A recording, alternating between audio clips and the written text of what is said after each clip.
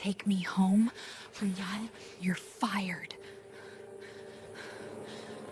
The words hung in the air like poison, and Cole Harrison felt his entire world tilt sideways in the dim light of that upscale bar. His boss, Victoria Ashford, leaned against the counter with her blonde hair falling loose from its careful updo, her fitted red dress clinging to her frame, and her blue eyes glazed with something that looked like desperation mixed with too much whiskey. But we're getting ahead of ourselves. Let me take you back a few hours to when Cole thought this would just be another Friday evening, another company happy hour he would survive before rushing home to his daughter. Before we continue, please tell us where in the world you are watching from today.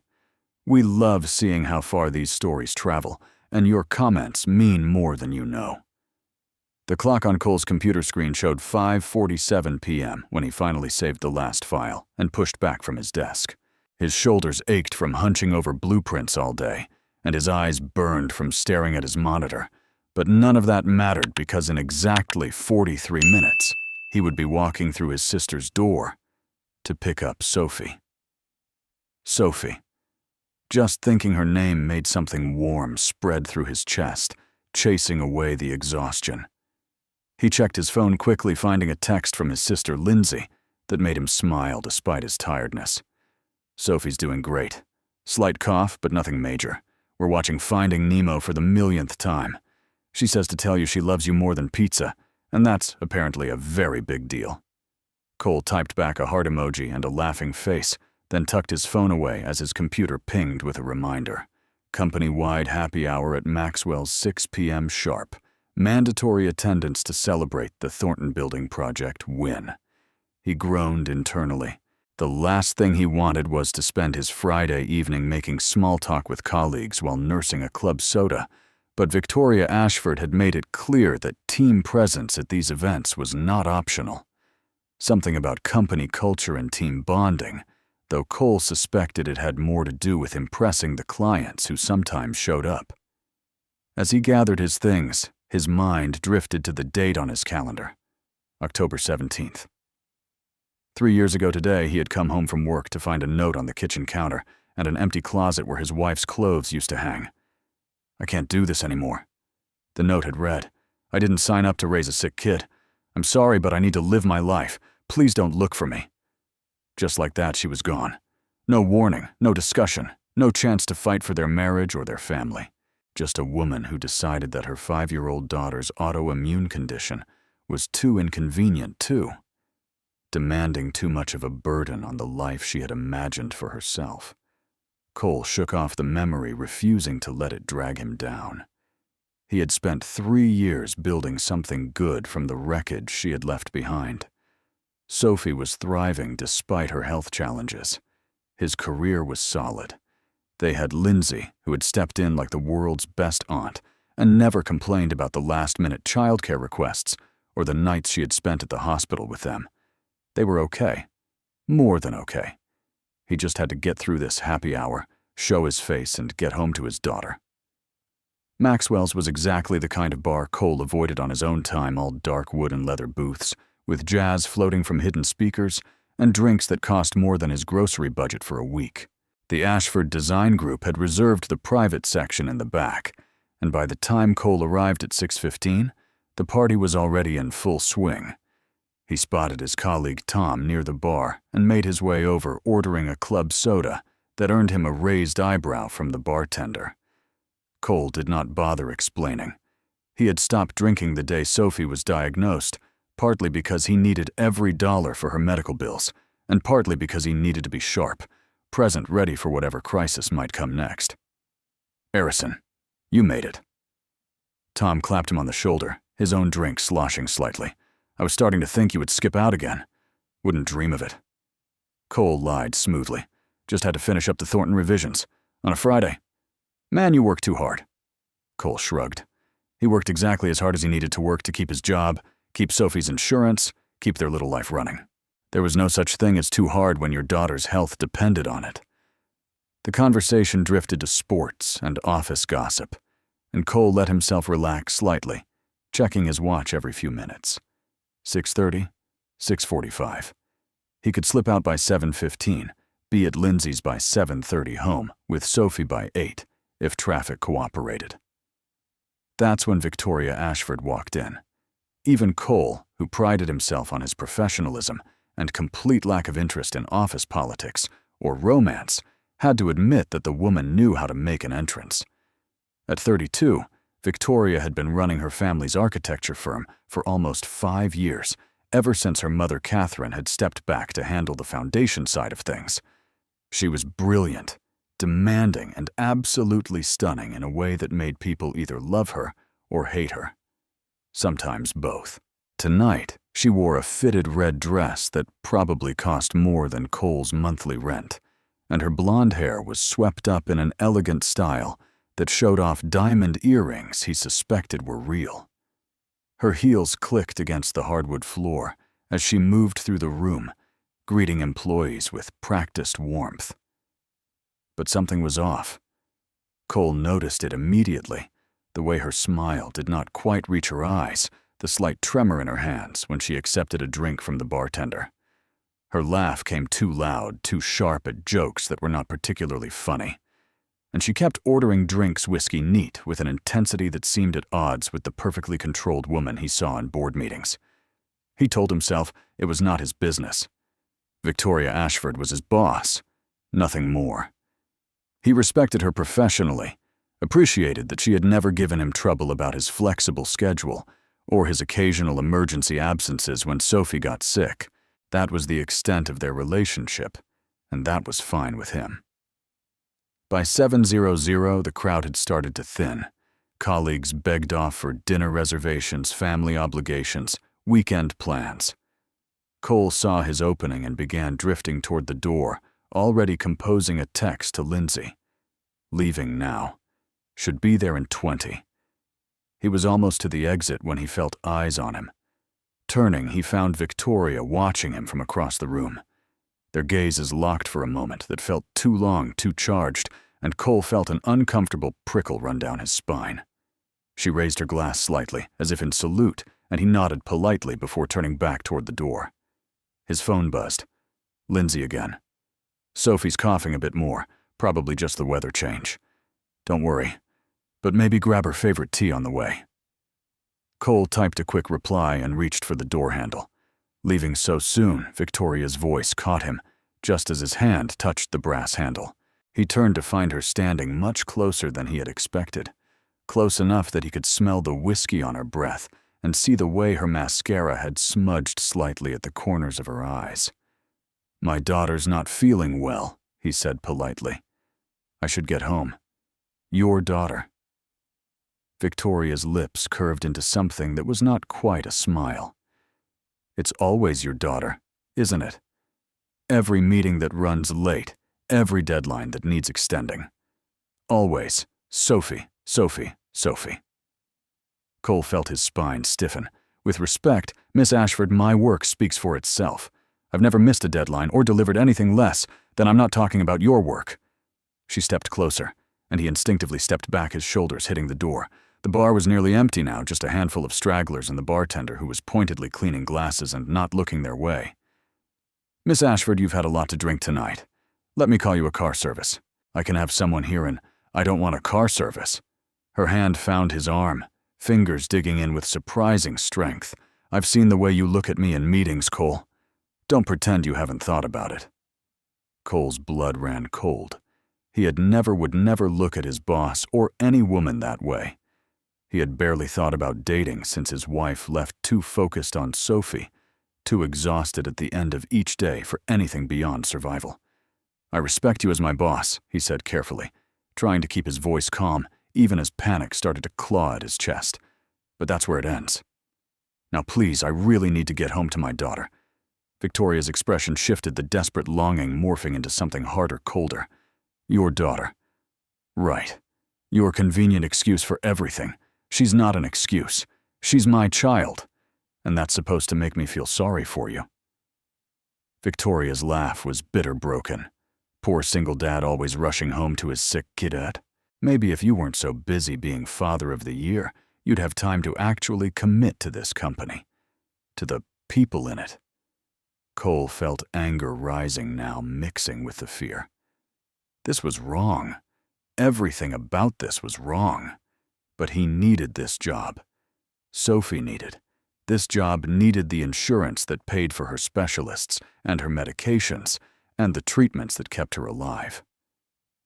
"I think you should go home and get some rest," he said, his voice harder now. "We can forget this conversation ever happened." Victoria's hand tightened on his arm. "Take me home, Cole. Excuse me. You heard me." She leaned in close enough that he could see the redness in her eyes, the tears she was fighting to hold back. "Take me home. Now." "Miss Ashford, Victoria, I'm not going to do that."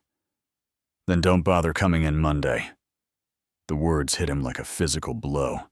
He stared at her, waiting for the punchline, the clarification, the just kidding that would turn this nightmare into a bad joke. It did not come. "You can't be serious." "I'm completely serious." Her voice was cold now, all the vulnerability from moments ago locked away behind ice. "You're either with this company with me, or you're not." "So what's it going to be? Cole, your principles, or your precious job?"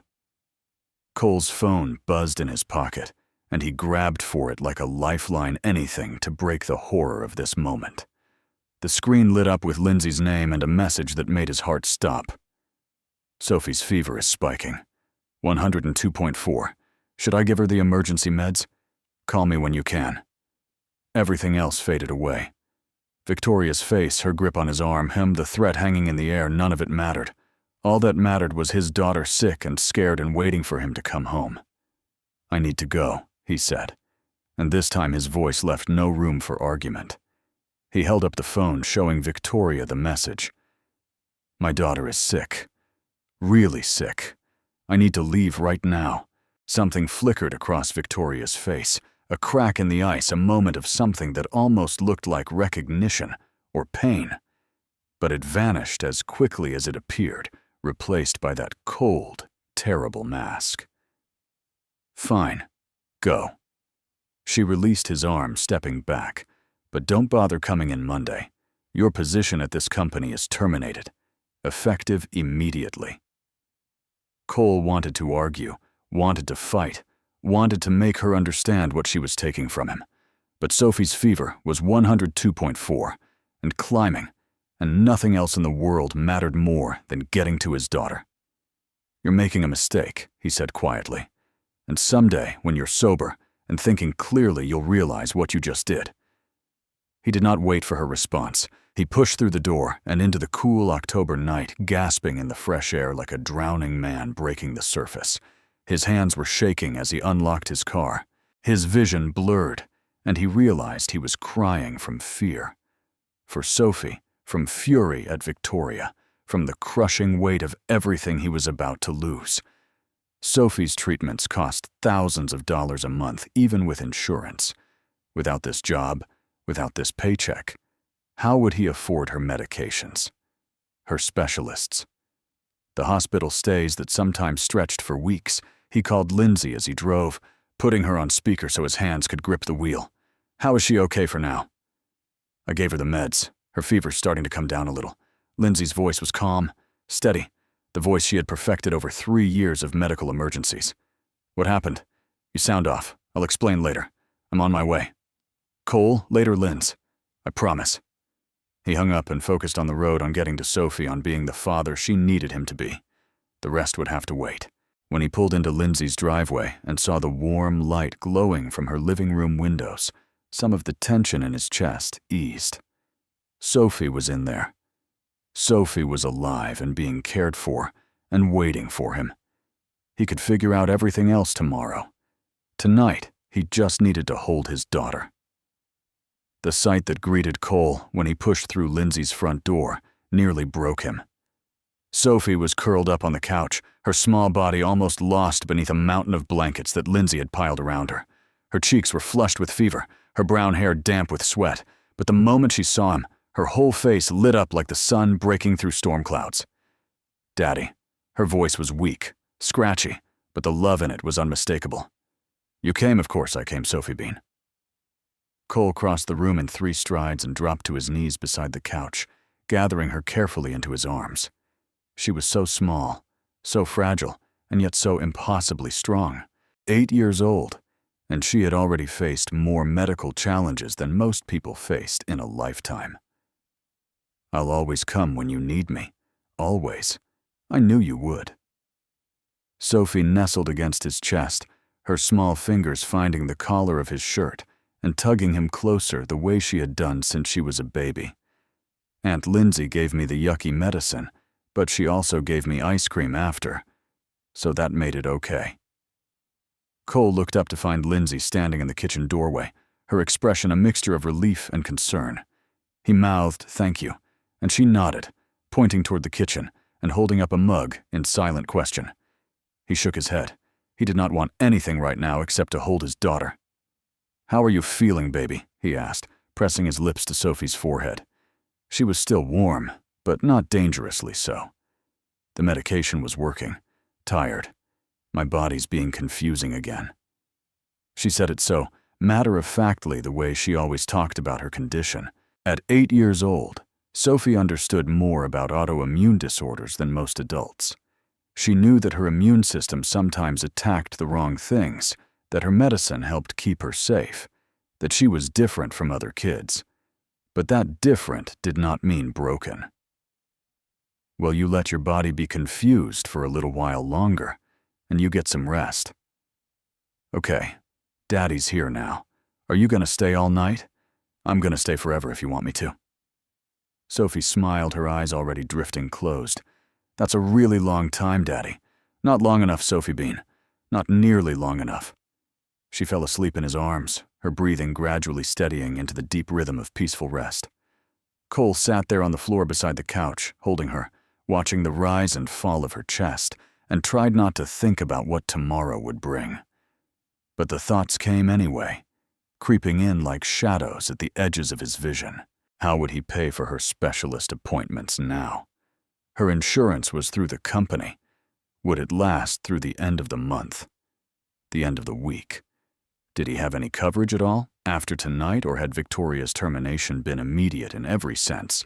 The medication Sophie took every day cost $400 a month with insurance. Without insurance, it was closer to $2,000. And that was just the daily stuff. It did not account for the hospitalizations, the emergency treatments, the specialists who charged $600 for a 30-minute consultation. Cole had some savings, but not enough. He had burned through most of his cushion during Sophie's diagnosis year, when the bills had piled up faster than he could pay them, and his wife had slowly but surely checked out of their life together. God, how was he going to do this? He sat there until his legs went numb and his arms ached from holding Sophie's sleeping weight. But he did not move, because moving meant setting her down, and setting her down meant facing reality. He was not ready to face reality yet. Eventually, Lindsay appeared with a blanket that she draped over both of them, and she sat down on the floor beside him without a word. "What happened?" she asked quietly, her voice barely above a whisper, so she would not wake Sophie. Cole closed his eyes. He told her everything: the bar Victoria's drinking, the proposition, the ultimatum, the termination. He left nothing out because Lindsay was the only person in the world he trusted completely, and he needed someone to tell him he was not crazy. When he finished, his sister was silent for a long moment. Then she said very calmly, "I'm going to destroy her." "Lindsay, no, seriously. I know people.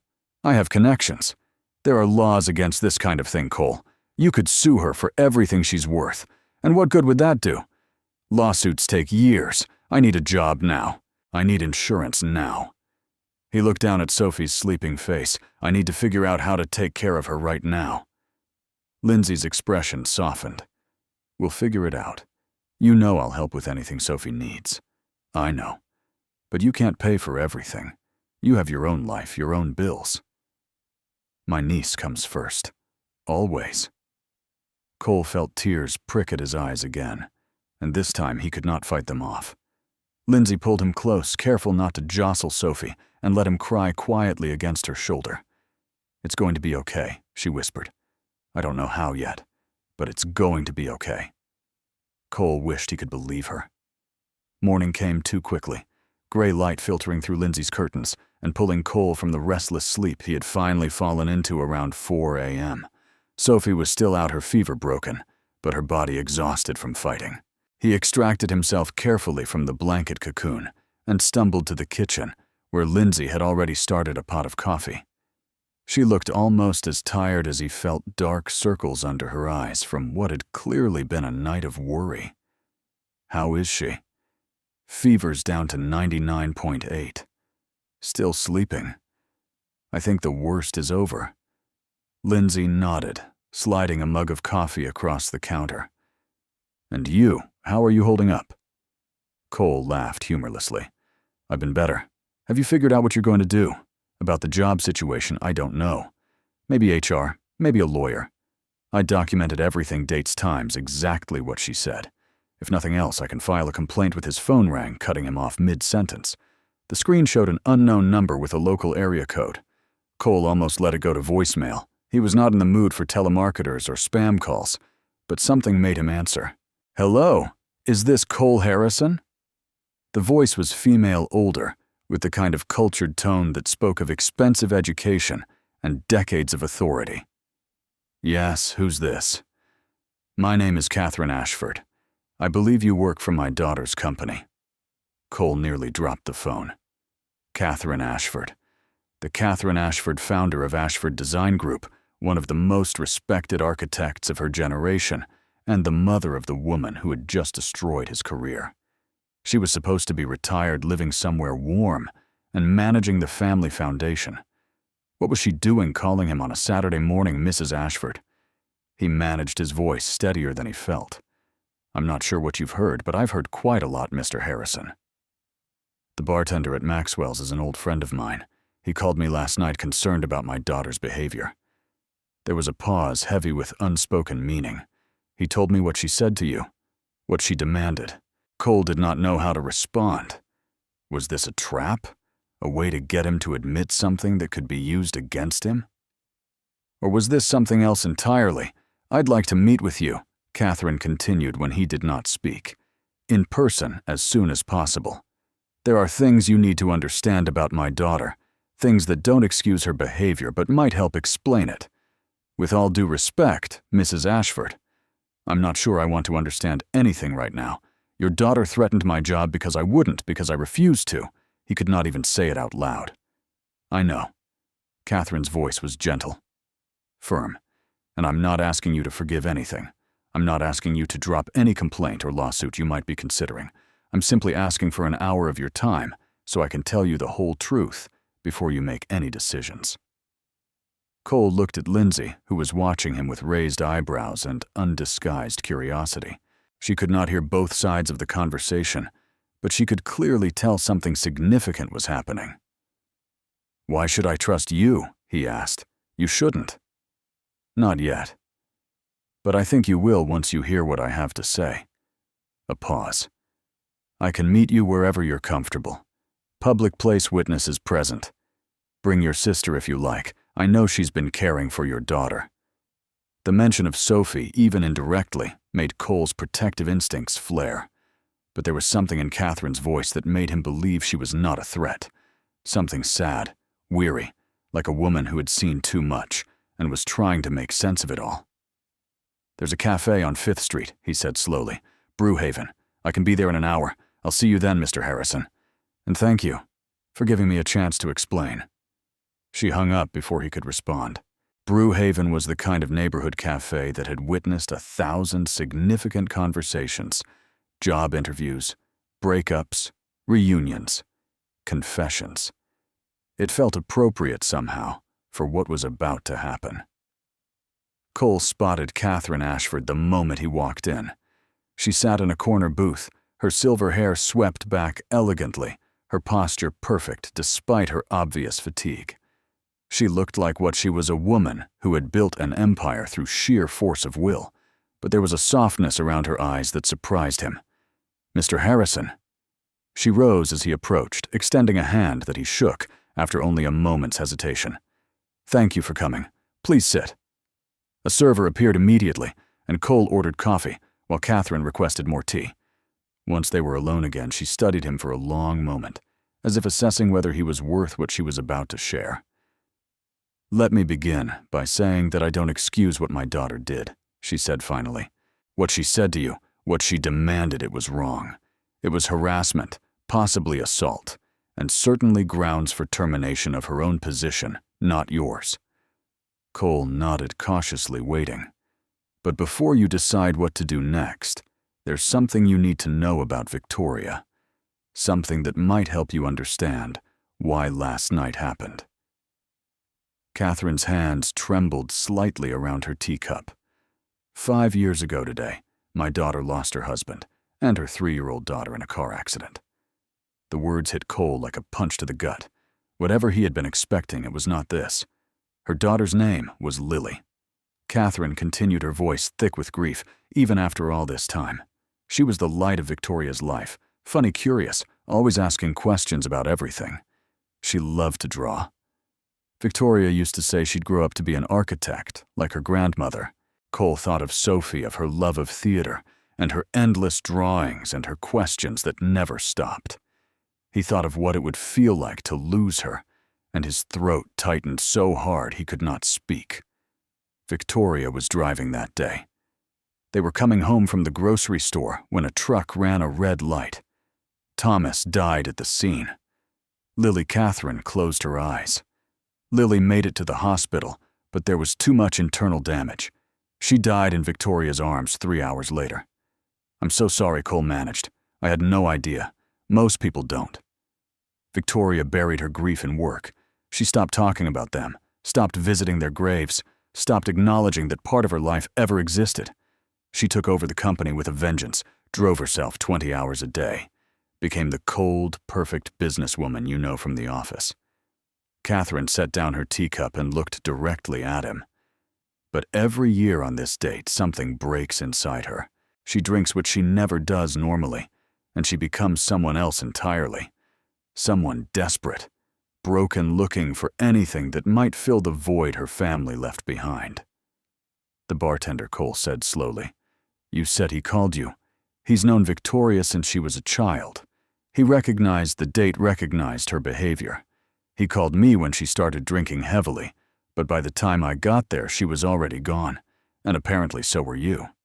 Cole sat back in his seat, trying to process everything he had just learned. It did not change what Victoria had done. It did not make her ultimatum acceptable or her harassment less traumatic, but it added context, depth, humanity to the monster he had been building in his mind. "Why are you telling me this?" he asked. "Because you deserve to know the truth before you make any decisions about your future." And because Catherine hesitated. Because my daughter called me this morning, sobbing so hard she could barely speak. She doesn't remember much of last night, but she remembered enough. Your face, your refusal, the words she'd used to threaten you. She doesn't remember. These episodes, they're like blackouts. She remembers fragments, impressions. When I filled in the gaps, she was horrified, ashamed. She couldn't believe what she'd done. Cole did not know what to say. Part of him wanted to hold on to his anger, his sense of violation. But another part, the part that was a parent that understood what it meant to love a child more than your own life, that part ached for Victoria in a way he had not expected. "What happens now?" he asked. Catherine reached into her purse and pulled out an envelope. "This arrived at my hotel this morning.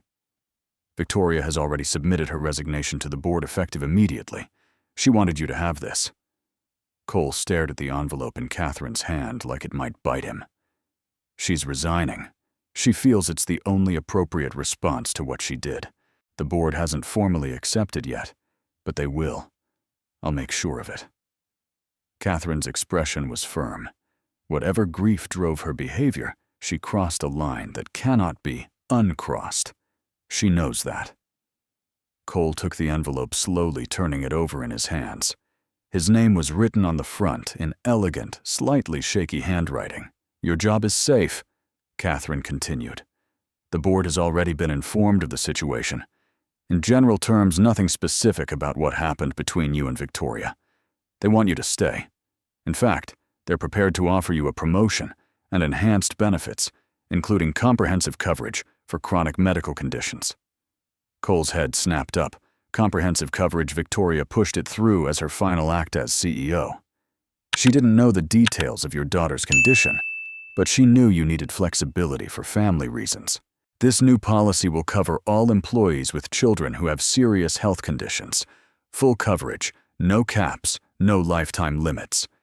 Sophie's treatments, her medications, her hospital stays, all of it covered completely.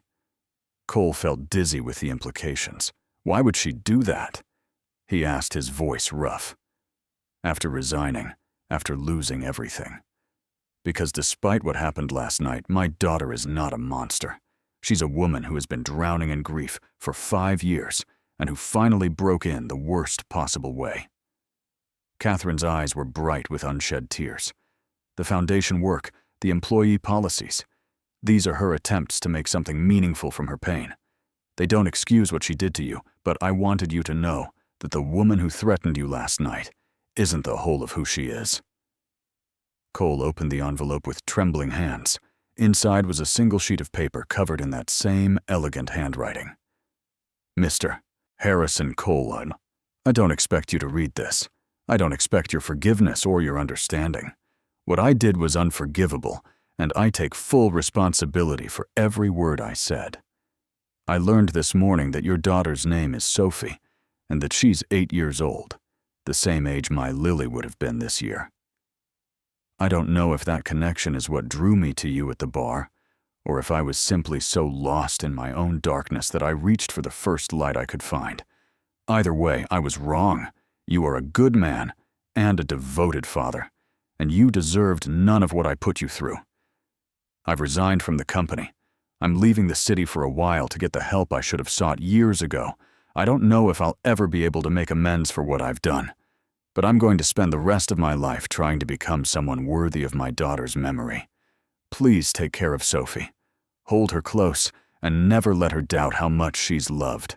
Victoria. Cole read the letter twice, then folded it carefully and slipped it back into the envelope. I don't know what to say, he admitted. You don't have to say anything. Catherine replied. I just wanted you to have the full picture. What you do with this information is entirely up to you. She rose from the booth, leaving money on the table for both their drinks. At the last moment, she paused and looked back at him. My granddaughter would have been 8 this year, she said quietly. I see her sometimes in the children I pass on the street, in the photos on my mantle, in the empty chair at holiday dinners. Her voice caught. I hope you never have to know what that feels like. Hold your daughter close, Mr. Harrison. Every moment is a gift. And then she was gone, leaving Cole alone with a letter and a broken heart, and more questions than answers. Monday morning came like any other gray and cold, with the threat of rain hovering at the edges of the sky. But nothing about this Monday was normal. Cole walked into Ashford Design Group at 8:55 a.m., his heart pounding despite every assurance that his job was safe. The lobby felt different, somehow, quieter, more subdued. The usual Monday morning chatter was muted, replaced by whispers and sidelong glances that followed him all the way to the elevator. Everyone knew something had happened. They just did not know what. Victoria's office, when he passed it on the way to his own desk, was empty. The door stood open, and inside someone had already begun packing up her personal items photos in frames, a succulent plant she had kept on her windowsill, a collection of architecture books with worn spines. Cole paused in the doorway, struck by how impersonal it all looked now. This woman who had wielded so much power, who had shaped his professional life for 5 years, reduced to cardboard boxes and empty shelves. Mr. Harrison. A voice behind him made him turn. It was Margaret from HR, her expression professional, but kind. The board would like to see you in the conference room when you have a moment. Nothing urgent, just some paperwork regarding the transition. The meeting was brief and surprisingly painless. Catherine Ashford was there, along with 3 board members Cole recognized from quarterly reviews. They explained that Catherine would be stepping in as interim CEO, while they conducted a search for Victoria's permanent replacement. They thanked him for his years of service. They outlined the new benefits package, and yes, Sophie's condition would be fully covered, no questions asked. "We understand this must have been a difficult weekend for you," one of the board members said carefully, and Cole understood that he meant more than he was saying. "Please know that this company values you, and we're committed to creating a workplace where everyone feels safe and supported." Cole nodded, not trusting his voice. When the meeting ended, he returned to his desk and sat there for a long time staring at Victoria's letter, which he had tucked into his desk drawer. He should throw it away.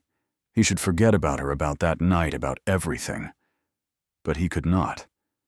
Because despite everything, despite the fear and the anger and the violation, he could not stop thinking about a 3-year-old girl named Lily, who would have been Sophie's age, and a mother who had never stopped grieving. Time has a way of softening even the sharpest edges, and 6 months brought more changes than Cole could have imagined. Sophie was doing better than she had in years. The new insurance coverage meant she could finally see the specialists she needed without Cole having to choose between her medication and their electricity bill. Her flare-ups were fewer, less severe, and for the first time since her diagnosis, she was actually thriving instead of just surviving. She had joined the local children's theater group, something Cole had never been able to afford before, and discovered a natural talent for performance that made his heart swell with pride. Every Saturday morning he dropped her off at rehearsal and watched through the window as she transformed into whatever character she was playing that week. "She's going to be a star someday," Lindsay said one afternoon watching Sophie practice her lines in Cole's living room. "Just look at that confidence." Cole smiled, but it did not quite reach his eyes. Lindsay noticed because Lindsay always noticed. "What's wrong, nothing?" He paused. "Well, not nothing. I've just been thinking a lot lately. About everything that happened. About her, you mean?" "Victoria." Cole nodded slowly. He had not said Victoria's name out loud in months, but she had been hovering at the edges of his thoughts constantly, especially lately, as the anniversary of that terrible night approached. Catherine had kept him updated in her gentle, unobtrusive way. Victoria had checked into a treatment center the week after her resignation. She had started therapy, real therapy, with specialists who dealt with complicated grief and trauma. She had begun working with the Family Foundation, focusing specifically on childhood diseases and medical research. "She's getting better," Catherine had told him during their last conversation. "Slowly, but genuinely. She visits Lily's grave now. She talks about her. She's finally starting to grieve instead of just burying everything." Cole did not know how to feel about that. Part of him was glad no one deserved to carry that kind of pain forever. But another part, the part that still remembered Victoria's hand on his arm, and her threat in his ear, was not ready to let go of the anger completely. "Have you talked to her?" Lindsay asked, watching his face carefully. "No. Catherine offered to arrange a meeting, but I said I wasn't ready. Are you ready now?" Cole was quiet for a long moment. Through the living room door, he could hear Sophie practicing her monologue, her voice rising and falling with dramatic emphasis. "I don't know," he admitted. "I keep thinking about what Catherine told me, about her daughter, about the accident, and I look at Sophie, and I think." He trailed off, unable to finish the sentence. "You think about what it would feel like to lose her," Lindsay finished softly. "I can't even imagine it. And Victoria lived it, lives it every day. That doesn't excuse what she did. No, but maybe it explains it. Maybe that's enough for now." Lindsay nodded, reaching over to squeeze his hand. "Whatever you decide, I support you. You know that." "I know." Cole smiled, this time genuinely. "You're a pretty good sister, you know that. The best, don't you forget it." The invitation arrived on a Tuesday, thick, cream-colored cardstock with elegant gold lettering. "The Ashford Foundation cordially invites you to our annual gala in support of childhood autoimmune research. Black tie optional. Guest speaker opportunities available." Tucked inside was a personal note from Catherine. "Cole, I hope this finds you and Sophie well. The foundation has undergone significant changes this year, and our primary focus is now on conditions like Sophie's. We're funding some truly groundbreaking research that could make a real difference for children everywhere. I know this is a big ask, but I'd like to discuss the possibility of Sophie speaking at the gala. Her story, in her own words, could help people understand why this research matters.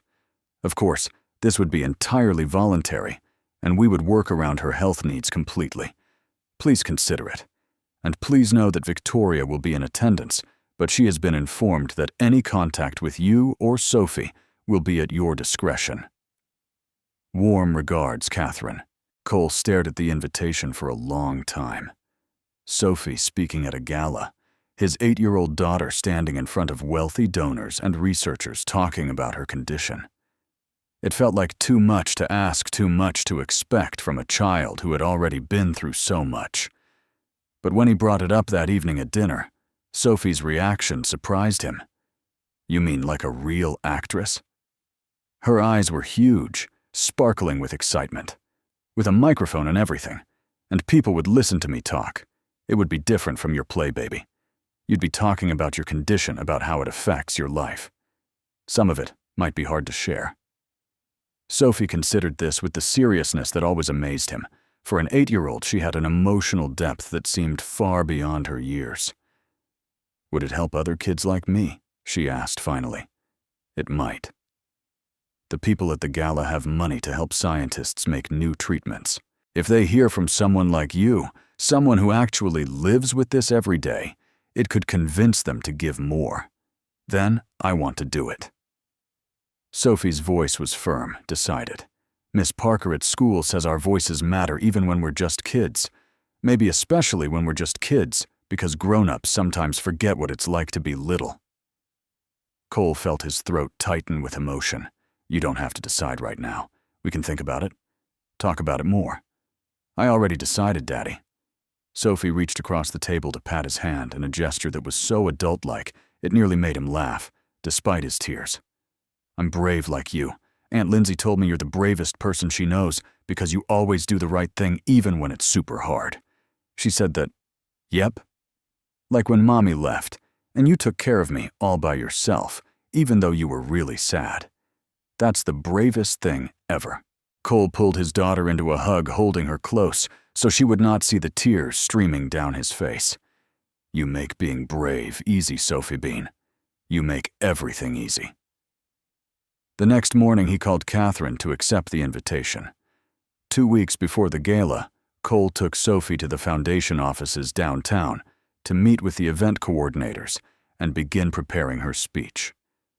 The building was sleek and modern, all glass and clean lines with photos of funded research projects and smiling families lining the hallways. Sophie held Cole's hand as they walked, her eyes wide with wonder at everything around her. Look, Daddy, that picture has a girl like me. She pointed at a photograph of a young cancer survivor beaming at the camera with her parents on either side. That's right, baby. The foundation helps lots of kids with different conditions. They were turning a corner toward the meeting room when Cole saw her. Victoria stood at the end of the hallway, frozen mid-step, like a deer caught in headlights. She looked different from the woman he remembered, softer somehow, with her blonde hair loose around her shoulders, instead of pulled back in her usual severe style. She wore a simple blouse and slacks instead of a power suit, and the sharp edges of ambition that had defined her as CEO seemed to have smoothed into something more human. For a long moment, they just stared at each other. Then Victoria's gaze dropped to Sophie, and something shifted in her expression. Pain, yes, but also a gentle warmth that Cole had never seen from her before. Hello, Cole, she said quietly, and then crouching down to Sophie's level.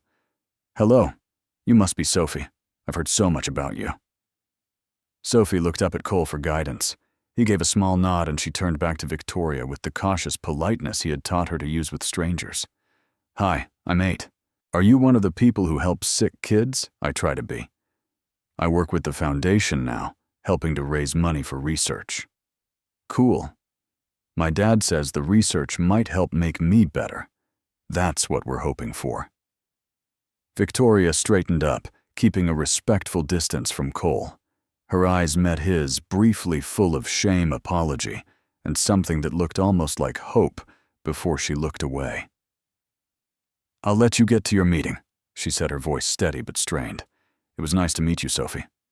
She was gone before Cole could respond, disappearing around the corner with quiet footsteps. Sophie tugged on his hand. She seemed sad, Daddy, but nice.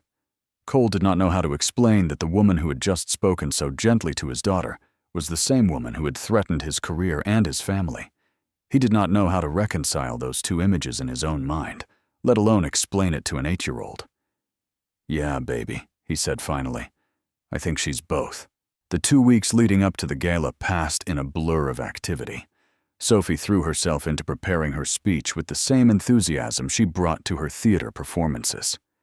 She practiced in front of the mirror, in front of Cole, in front of Lindsay, in front of anyone who would listen.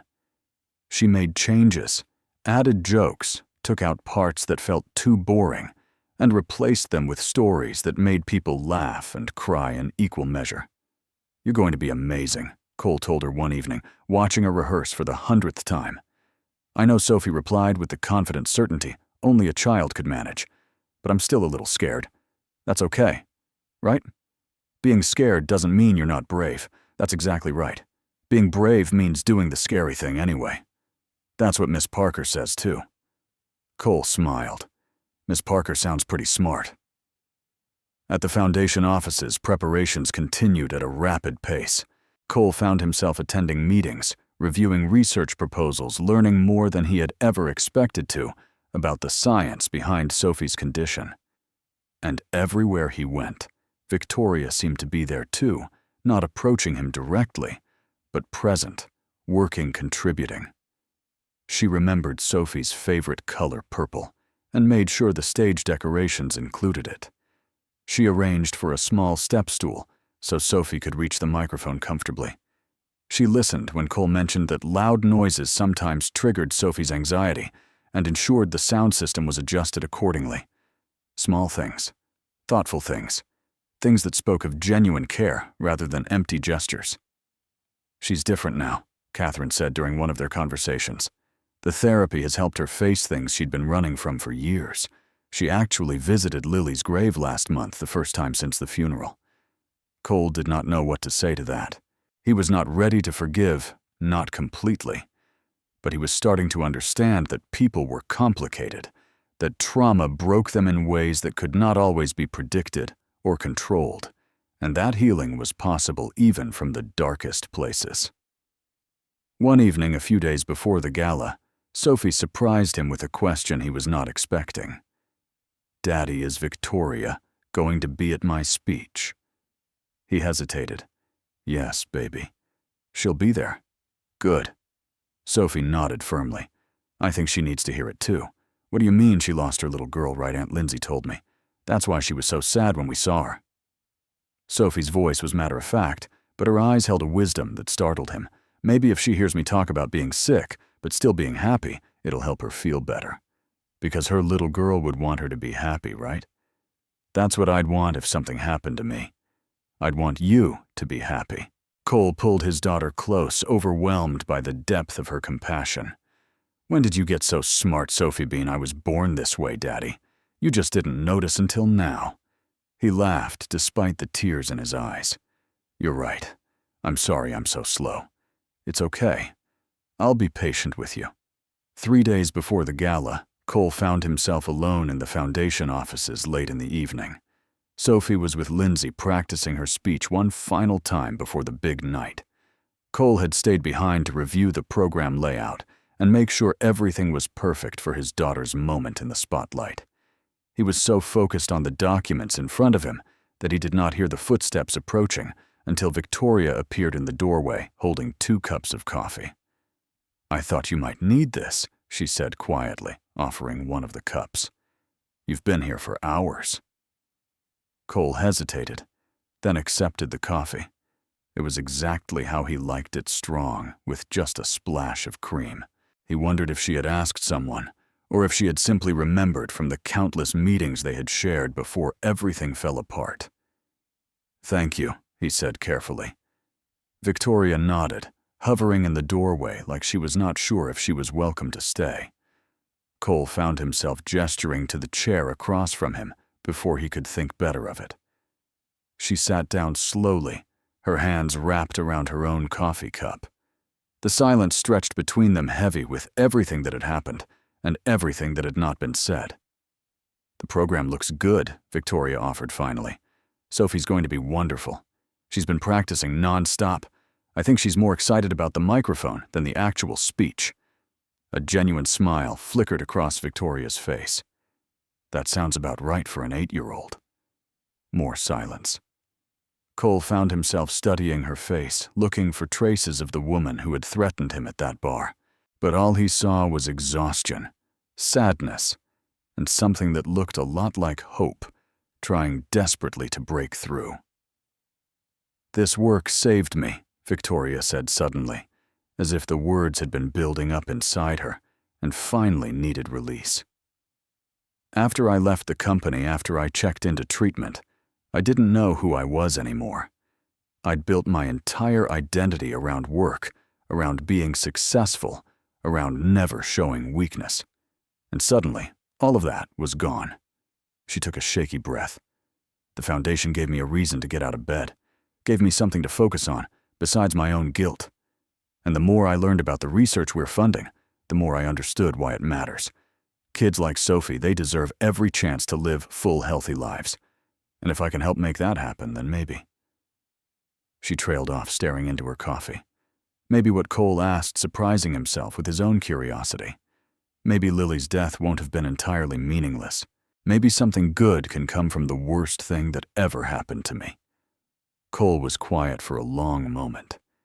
Then slowly, he asked the question he had been carrying for months. What was she like? Lily Victoria's eyes filled with tears, but she did not look away. She was curious about everything, always asking why, how, what if. She loved animals, especially dogs. We were going to get her a puppy for her 4th birthday. She had this laugh that could fill up a whole room, and she gave the best hugs. She'd wrap her little arms around your neck and squeeze like she never wanted to let go. A tear escaped, rolling down Victoria's cheek. She did not wipe it away. She would have been 9 this year, same age as Sophie. I think about that a lot, what she'd be like now, what she'd be interested in, who she'd be becoming. Victoria's voice cracked. Some days I can almost see her, and other days I can't remember her face without looking at photographs, and that terrifies me more than anything. Cole felt his own eyes burning. He thought about Sophie, about the sound of her laughter, the feel of her hand in his. He thought about what it would mean to lose that, to have nothing left but photographs and memories that faded a little more each day. "I'm sorry," he said, and he meant it. "I'm sorry for what you lost. I'm sorry you've been carrying that weight for so long." Victoria looked at him with surprise and gratitude, and something else he could not quite name. "Thank you," she whispered. "That means more than you know." They sat together in the quiet office, 2 people who had hurt each other and been hurt slowly, finding their way towards something that might eventually become understanding. It was not forgiveness. Not yet. But it was a start. The night before the gala, Cole could not sleep. He lay in his bed, staring at the ceiling, thinking about everything that had led to this moment. Victoria's letter sat in his nightstand drawer, read and reread so many times the paper was starting to wear at the creases. He pulled it out now, studying her handwriting in the dim light from his window. "Please take care of Sophie. Hold her close, and never let her doubt how much she's loved." She had written those words when she was at her lowest, when she had just realized what she had done and could not face the consequences. And yet, even then, she had been thinking about his daughter, about how much Sophie needed to be loved. Cole thought about the woman he had seen at the foundation, the one who remembered Sophie's favorite color and adjusted the sound system for her anxiety, the one who talked about Lily with tears streaming down her face, finally grieving the child she had lost. People could change. He believed that. He had to believe it because the alternative was a world where mistakes were permanent and redemption was impossible. His phone buzzed with a text. He expected it to be Lindsay checking in about tomorrow, but the name on the screen made his heart skip. Victoria. Just wanted to say Sophie is going to be amazing tomorrow.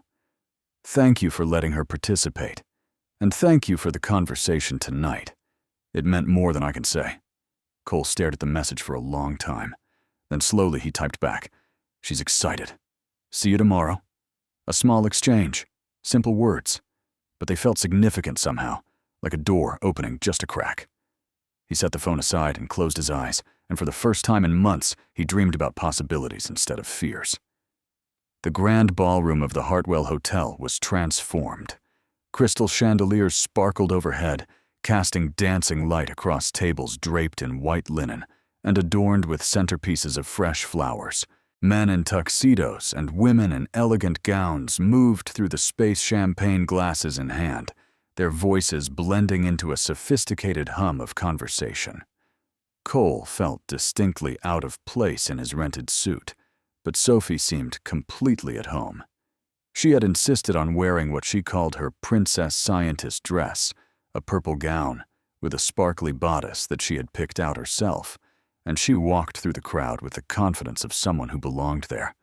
"Look, Daddy, there are so many fancy people."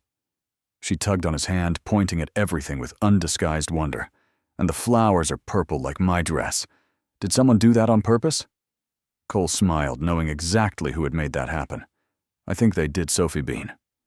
Lindsay met them near the entrance, looking elegant in a dark blue dress that Cole knew she had stressed about for weeks. She hugged Sophie carefully so as not to mess up her hair, then gave Cole a look that said she was ready to handle anything. "You okay?" she asked quietly.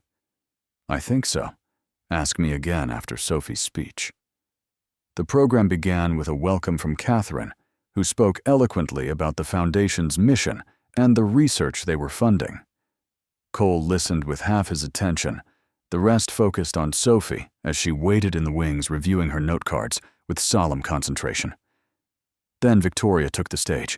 She wore a deep blue gown, not red, Cole noticed, and he wondered if that was intentional, with her blonde hair swept back softly. She looked beautiful, but more than that, she looked at peace in a way he had never seen from her before. "Good evening." She began, her voice steady and warm. "I want to thank you all for being here tonight. Your generosity and your commitment to this cause mean more than you can possibly know." She paused, gathering herself. 5 years ago, I lost my daughter, Lily. She was 3 years old, and she was the center of my world. For a long time after she died, I was lost. I buried myself in work and achievements, in anything that might numb the pain. I became someone I didn't recognize, someone hard and cold and closed off from the world. The room was utterly silent. But over the past year, I've learned something important. Grief doesn't go away when you ignore it. It just waits, growing stronger in the dark, until it finally explodes in ways that hurt everyone around you. Victoria's eyes found Cole's across the room. "I've made mistakes I can never undo, but I've also found purpose in this work, in honoring my daughter's memory by helping other children, other families who are facing their own battles." She straightened her shoulders. "Tonight, you'll hear from some of those families. You'll learn about the research we're funding and the breakthroughs that are possible with your support. And I hope by the end of the evening, you'll understand why this work matters so much. Not just to me, but to every parent who has ever watched their child suffer and felt helpless to stop it." The applause that followed was genuine and sustained. Cole found himself clapping along his anger toward Victoria, transforming into something more complicated, something that felt almost like respect. When Sophie's name was called, Cole's heart nearly stopped. He watched his daughter walk to the microphone, her purple dress sparkling under the spotlight, her face a mixture of nervousness and determination. She looked so small up there, so young, and he had to fight the urge to rush forward and scoop her up in his arms. But Sophie did not need rescuing. She never had. "Hi," she said, her voice ringing out clear and confident through the ballroom. "My name is Sophie, and I'm 8 years old. Well, 8 3/4, which is almost 9, so that's basically 9. A ripple of laughter went through the crowd, and Sophie grinned, visibly relaxing. "I'm here because my body gets confused sometimes. My immune system is supposed to protect me from bad stuff like germs and viruses, but mine is kind of dumb." More laughter. "It thinks parts of me are the bad guys, so it attacks them. That makes me really sick sometimes, and I have to take a lot of medicine and go to the hospital a lot." She glanced at her note cards, then set them aside with the casual confidence of a seasoned performer. "But I'm not just my illness. That's what I want you to know. I'm also a really good artist. My dad puts all my drawings on the refrigerator even though there's no more room. I'm in the school play, and I'm playing the main character because my teacher says I have natural talent." She said the last words with dramatic air quotes. "And I'm really good at making up stories about dragons and princesses who fight monsters." Cole felt tears streaming down his face, and he did not bother wiping them away. "My dad works really hard, so I can have my medicine and see my doctors. He never complains, even when he's super tired, and he always makes me feel like the luckiest girl in the world. He's the bravest person I know, because he takes care of me all by himself, and he never gives up." She paused her eyes, finding Cole in the crowd. "I want to grow up and be a veterinarian astronaut. That's someone who takes care of sick animals in space, which is definitely a real job, even though my friend Kayla says it's not." More laughter. "But to grow up, I need my medicine to keep working, and scientists need to make better medicine for me and all the other kids like me." Sophie straightened to her full height, all 4 feet and 3 inches of her, and looked out at the audience with fierce determination. "So please, help the scientists. Help the kids who can't always do normal kid things because their bodies work differently. We deserve to play and learn and grow up strong. With your help, maybe we can." She took a deep breath. "Thank you." The silence that followed lasted only a second before the room erupted in thunderous applause. People rose to their feet, clapping and cheering, many of them wiping tears from their eyes. Sophie beamed under the spotlight, then spotted Cole and ran off the stage directly into his arms. "Did I do good, Daddy?" she whispered against his shoulder. "You did amazing, Sophie Bean. I'm so proud of you. So incredibly proud." Across the room, he could see Victoria standing near Catherine, both of them crying openly. Victoria's eyes met his, and something passed between them: gratitude, understanding the tentative beginning of something that might eventually become friendship. He nodded once, and Victoria nodded back. It was not forgiveness. Not yet. But it was getting closer. The rest of the evening passed in a blur of congratulations and handshakes. Donors approached Cole and Sophie, praising her speech and pressing checks into his hands for the foundation. Researchers thanked them for putting a human face on their work. Parents of other sick children sought them out, sharing their own stories and finding comfort in knowing they were not alone. Sophie handled the attention with remarkable grace, answering questions politely and accepting compliments with her characteristic mix of confidence and humility. But by 9 p.m., Cole could see her energy flagging, her face growing pale with exhaustion. "We should get you home, baby," he said, crouching down to her level. "You've had a big night, but I haven't had any fancy desserts yet. We can get ice cream on the way home." Sophie considered this proposal seriously. "Can I get 2 scoops? You can get 3 scoops if you want." Deal. They were gathering their things to leave when Victoria approached, moving slowly, as if giving Cole time to refuse her presence. "I just wanted to say," she began, then stopped, visibly collecting herself. "Sophie, you were incredible up there. I've never seen anyone capture an audience like that." Sophie looked up at Victoria with the direct honesty that children wielded like a weapon. "Thank you. My dad said you helped make tonight happen." Victoria glanced at Cole, surprised. "He said that, yep. He said you made sure the flowers were purple and the microphone was just right for me." Sophie yawned hugely. "That was really nice of you." "I wanted you to feel comfortable," Victoria said softly. "This was your night." "You should come to my play," Sophie announced suddenly. "I'm the main character. Daddy can give you a ticket." Cole felt his face flush. He had not planned on this, was not sure he was ready for it, but Sophie was looking at him with expectant eyes, and Victoria was standing there with hope written all over her face, and somehow the words came out before he could stop them. "I'll send you the details." Victoria's smile was small, tentative but genuine. "I'd like that. Very much." They said their goodbyes, and Cole carried a half-asleep Sophie out to the car, Lindsay trailing behind with a knowing look on her face. What Cole asked as they buckled Sophie into her car seat. Nothing, Lindsay said innocently. Just thinking that maybe you're not as closed off as you pretend to be. I don't know what you're talking about. Sure you don't, she grinned. 3 scoops, huh? You're such a pushover. It was a special occasion. Uh-huh. Cole rolled his eyes, but he was smiling as he started the car. 3 weeks after the gala, Sophie's play opened at her elementary school auditorium. Cole arrived early, securing seats in the front row for himself and Lindsay. The auditorium was filling up with parents and grandparents and siblings, all chattering excitedly about their own children's roles in the production. He tried not to watch the door too closely. He had sent Victoria the details as promised, but he had not heard back, and he was not sure if she would actually come. Part of him hoped she would not. It would be simpler that way, cleaner.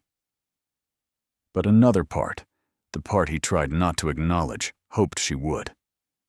At 6:55, 5 minutes before the show was scheduled to start, Victoria slipped through the auditorium doors. She was dressed simply tonight in a soft sweater and slacks, with her blonde hair loose around her shoulders. In her hands, she carried a small bouquet of flowers, nothing extravagant, just a few cheerful daisies tied with a purple ribbon. She spotted Cole and hesitated, clearly unsure of her welcome. He raised a hand in acknowledgement, and her face relaxed with relief as she made her way to a seat a few rows back. The play was everything Cole had hoped it would be, slightly chaotic, occasionally off-script, absolutely charming. Sophie shone in her role as the brave princess who saved her kingdom from a dragon, played by a very enthusiastic third grader in a green costume, and the audience laughed and clapped and cheered in all the right places. When the curtain fell, Cole was on his feet before anyone else applauding, until his hands ached. Sophie found them in the crowded hallway afterward, still in her costume and makeup, bouncing with excitement. "Did you see me, Daddy? Did you see when I did the sword fighting? Tommy almost knocked me over, but I didn't fall. I saw everything, Sophie Bean. You were amazing. Absolutely incredible." Lindsay added, wrapping Sophie in a hug. "You're a natural." Sophie beamed, then spotted Victoria hovering at the edge of the crowd. Her face lit up with recognition. "You came." She broke away from Cole and ran toward Victoria, throwing her arms around the woman's legs in an impulsive hug. Victoria looked stunned for a moment, then carefully, gently, she crouched down to return the embrace. "You were wonderful," she said, her voice thick with emotion. "These are for you." She presented the daisies with a little flourish. Sophie gasped. "Purple ribbon. How did you know purple was my favorite?" "A little bird told me." Cole watched the interaction, feeling something shift in his chest. Sophie did not hug easily. She was cautious around new people, especially women. Ever since her mother left, but she had accepted Victoria without hesitation, with the intuitive trust that children sometimes had for people who genuinely cared. Maybe Sophie saw something he had been too scared to see.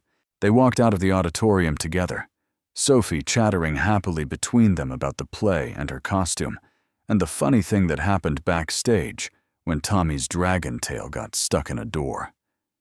Victoria listened with genuine interest, asking questions and laughing at all the right moments. At the parking lot they paused, none of them quite ready to end the evening. "Thank you for coming," Cole said finally. It meant a lot to Sophie. It meant a lot to me, too.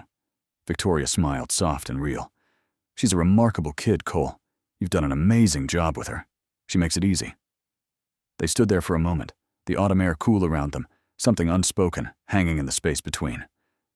"Maybe we could do this again sometime," Victoria said carefully. "I mean, if you're comfortable with it. No pressure."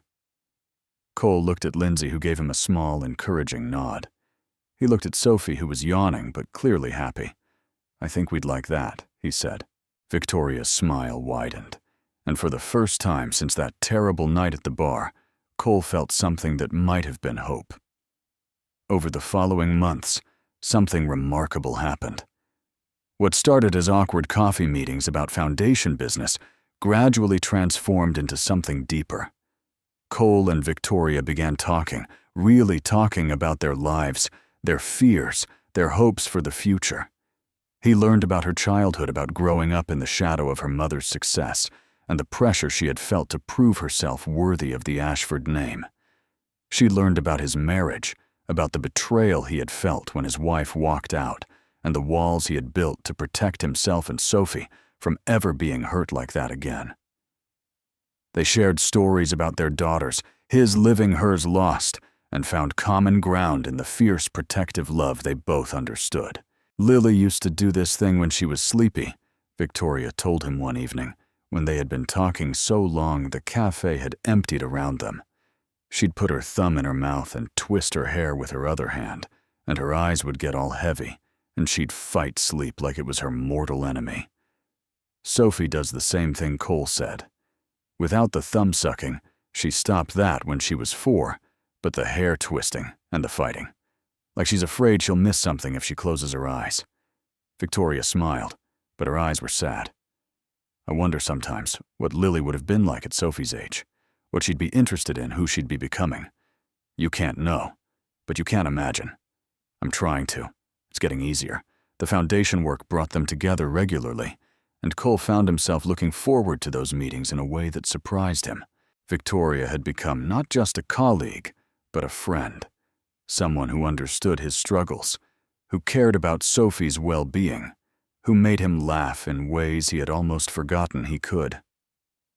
Sophie adored her. That was perhaps the most unexpected development of all.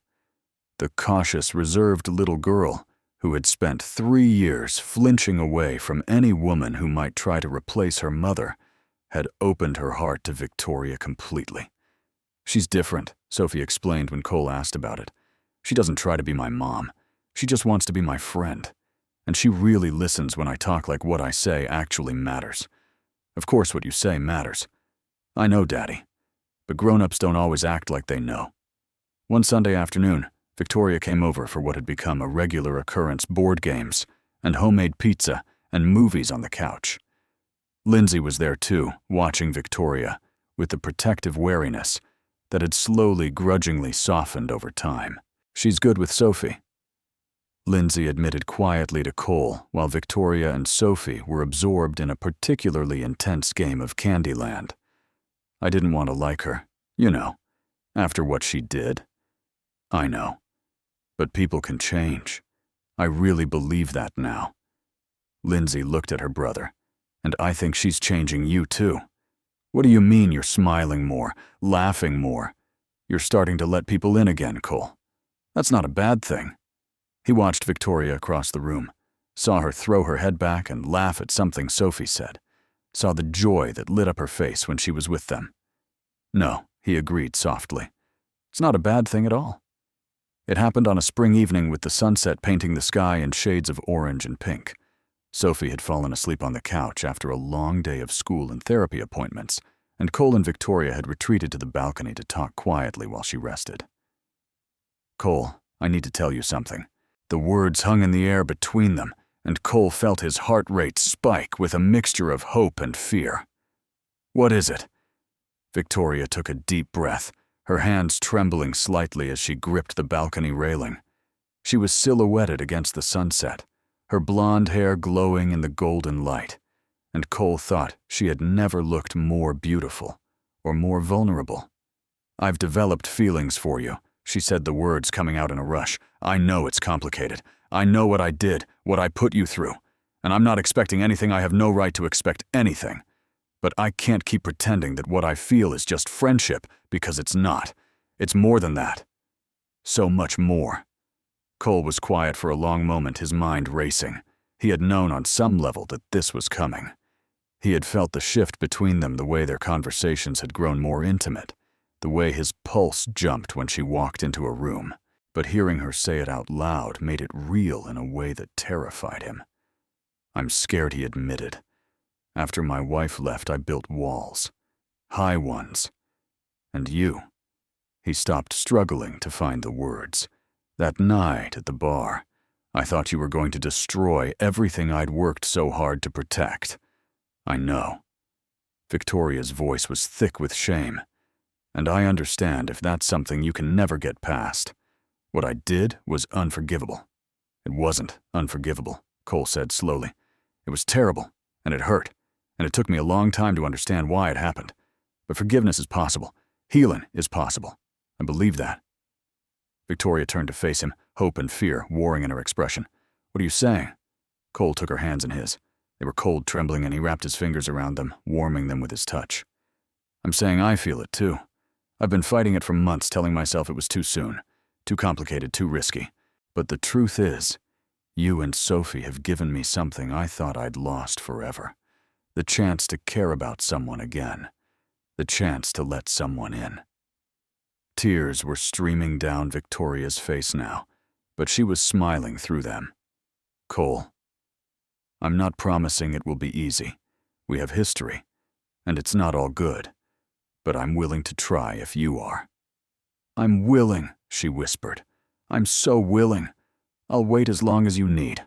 I'll prove to you every single day that I'm not the person I was that night. You've already proven it, Cole said. 100 times over.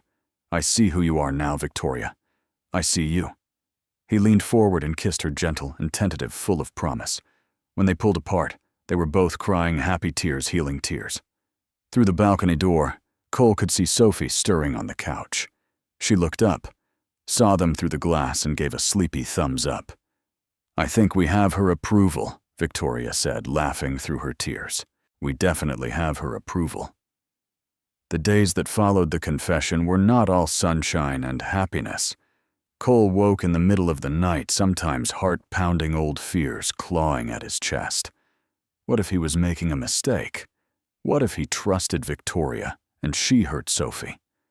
What if history repeated itself and he found himself alone again, picking up the pieces of a shattered life? He called Lindsay at 2 a.m. one night, unable to sleep. Am I crazy? He asked. For considering this. Probably, Lindsay said, her voice groggy but patient. But when have you ever done the safe thing, Cole? You became a single dad overnight and figured it out.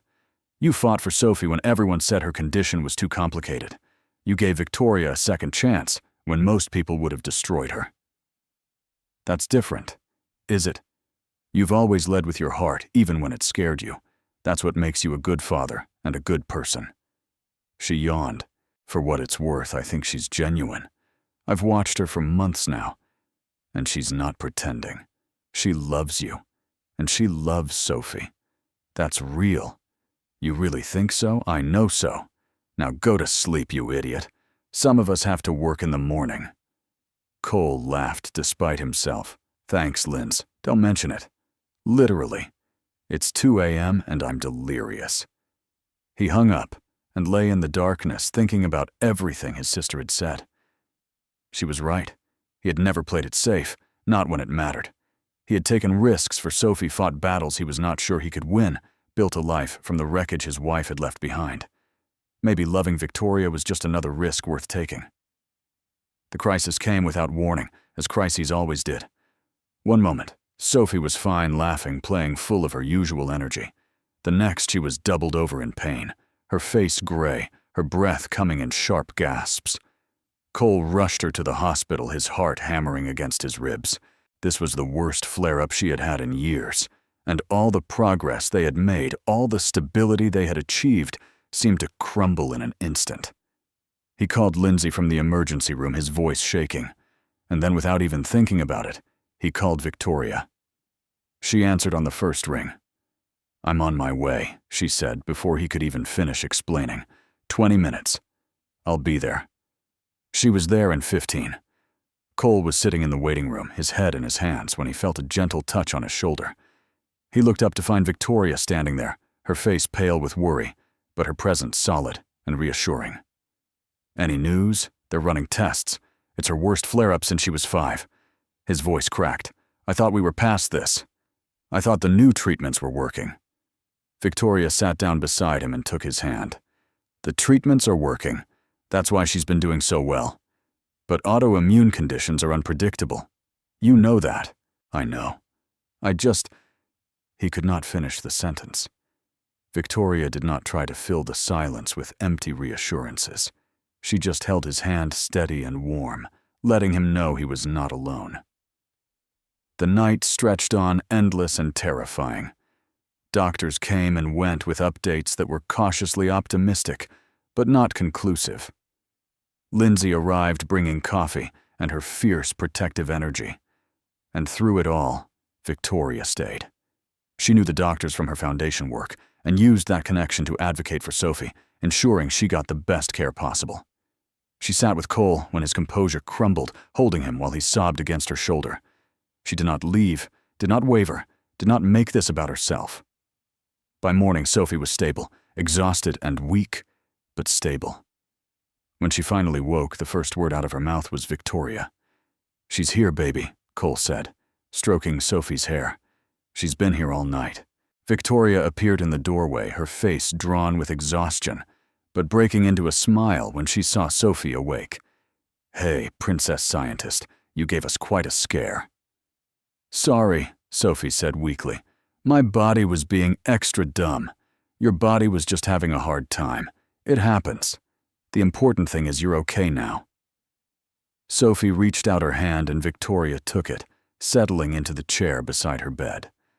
Cole watched them together, this woman who had once threatened his entire world, now holding his daughter's hand with such tenderness it made his heart ache, and he knew. He was done fighting. He loved her, and he was ready to stop being afraid of that love. 3 days later, Sophie was home from the hospital, weak but improving. Cole and Victoria sat in the hospital garden while Sophie napped peacefully inside the crisis finally passed. "Thank you," Cole said, turning to face her. "For being here. For staying. Where else would I be, I don't know. But a lot of people would have run. This life, Sophie's condition, the hospital stays the constant uncertainty. It's a lot." Victoria took both his hands in hers. "Cole, I've spent 5 years running from everything that hurt. I'm done running. I want to be here for you and for Sophie, for all of it. The good days and the bad days. The scary nights in hospital waiting rooms, everything. I love you." The words came out before he could second-guess them, raw and honest and true. Victoria's eyes filled with tears. "I love you too. I love you both so much it terrifies me. Then let's be terrified together." Cole pulled her closer. "I spent 3 years building walls to protect myself from getting hurt again, but you broke through every single one of them. You made me want to take down the barriers and let someone in. I'm so glad you let me in." He kissed her then, deep and real, and full of all the things he could not put into words. When they pulled apart, both of them were crying and laughing at the same time. "What happens now?" Victoria asked. "Now we build something. Together. A real future for all 3 of us." Through the hospital window, Cole could see Sophie stirring in her bed. She looked up, saw them, through the glass, and gave a sleepy thumbs up. "I think we have her approval," Victoria said, laughing through her tears. "We definitely have her approval." 1 year later, everything had changed. Sophie was 10 now, healthier than she had ever been, thanks to the groundbreaking treatment funded by the foundation. She had mentored other kids with autoimmune conditions, sharing her story at events, and proving that her experience could help others the way it had once helped her. Victoria had become family in every way that mattered. She was there for breakfast and bedtime, for school plays and doctor's appointments, for the ordinary moments that made up an extraordinary life. Cole had never been happier, and he was finally ready to make it official. He planned the proposal for weeks, recruiting Sophie as his co-conspirator. She was practically vibrating with excitement the day they drove to the park, the same park where Cole had taken her for years after her treatments, where they had fed ducks and talked about everything and nothing. Victoria had no idea what was coming. They walked through the autumn leaves together, Sophie running ahead with barely contained energy. When they reached the bench by the pond, their bench, the one where Cole had sat so many times feeling hopeless and alone, he stopped. "Victoria." She turned curious. "What's wrong?" "Nothing's wrong." He took her hands, his heart pounding. "Everything's right, actually. That's what I wanted to tell you." He lowered himself to one knee, and Victoria's hands flew to her mouth. "We started in the darkest place," Cole said, his voice thick with emotion. "You threatened my job, my stability, everything I'd worked so hard to build. And I hated you for it. For a long time, I couldn't see past that night to the person you really were." He reached into his pocket and pulled out a small velvet box. "But then I saw you change. I saw you fight your way back from grief and guilt. I saw you become someone who puts others first, who loves my daughter like her own, who makes me laugh and challenges me and makes every day better just by being in it." He opened the box, revealing a simple, elegant ring that caught the autumn sunlight. "Victoria Ashford, will you marry me?" Sophie could not contain herself any longer. She ran up beside them, bouncing on her toes. "Say yes! Say yes! I already practiced calling you Mama V." Victoria laughed through her tears. "You were in on this." The whole time Sophie beamed. "Daddy said I could help pick the ring and everything. I picked the sparkly one." Victoria looked from Sophie to Cole, her face glowing with a happiness that seemed to radiate from somewhere deep inside. "Yes," she said. "Yes, absolutely yes." Cole slid the ring onto her finger, then pulled her into his arms while Sophie cheered and danced around them. "I love you," he whispered against her hair. "I love you too. Both of you. More than anything." They stood there in the golden autumn light, three broken people who had somehow found their way to wholeness, ready to face whatever came next together. The wedding was small and perfect. They held it in a garden in early spring, with cherry blossoms drifting like confetti through the warm air. Lindsay stood beside Cole as his best person, tears streaming down her face, despite her tough girl image. Catherine walked Victoria down the aisle, both of them glowing with joy. And Sophie was the flower girl, wearing a purple dress that matched the ribbon on her daisy bouquet, scattering petals with theatrical enthusiasm. The vows they exchanged were not traditional. They were honest. "I promise to choose you every day," Cole said, holding Victoria's hands. "Even when it's hard. Even when old fears try to creep back in. I promise to love you with everything I have, and to build a life with you that honors both our pasts and embraces our future." Victoria's voice shook as she replied, "I promise to be worthy of your trust, to show up every single day for you and for Sophie, to never stop working to become the person you both deserve. I promise to love you, both of you, for the rest of my life." The officiant pronounced them married, and Cole kissed his bride while Sophie cheered loudly enough to startle the birds in nearby trees. At the reception, Sophie insisted on making a toast. "When I was little," she said, "standing on a chair so everyone could see her, I thought my family was broken. My mom left, and it was just me and Daddy, and I was scared we'd always be sad." The crowd was silent, hanging on her words. But then Victoria came, and at first, Daddy was really grumpy about it. "Hey," Cole protested while everyone laughed. But then he wasn't grumpy anymore, because Victoria made him smile, and she made me smile too. She didn't try to be my mom, because I already have those memories, even if they're not great. She just loved us exactly how we needed to be loved. Sophie raised her glass of apple juice. "To my dad and my Mama V, thank you for showing me that families can be rebuilt, that love finds a way, and that happily ever afters are real, even when they start in the scariest places." The guests raised their glasses, many of them wiping tears from their eyes. Cole pulled both his girls, his daughter and his wife, into his arms, holding them close. "I love you both," he whispered. "We love you too," Daddy Sophie said. "Forever," Victoria added. And as the spring evening settled around them, full of music and laughter and love, Cole Harrison finally understood that the worst night of his life had led him to the best thing he had ever known. 2 years after the wedding, their family had grown in ways none of them expected. Sophie, now 12 and thriving, spent her weekends volunteering at the foundation, helping younger kids understand that their illnesses did not define them.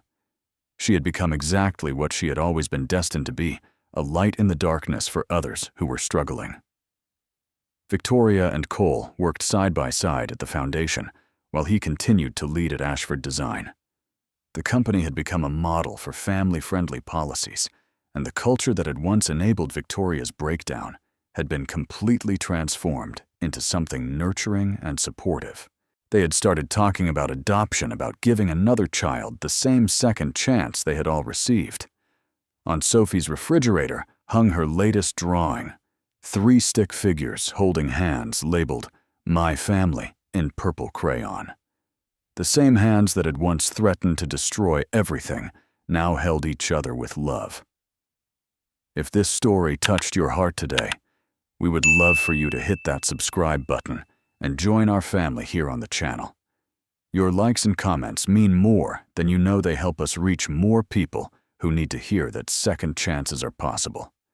Please share this video with someone who might be going through a hard time right now, someone who needs to be reminded that our worst moments do not have to define our whole lives. Thank you so much for watching, and remember, it is never too late to rebuild.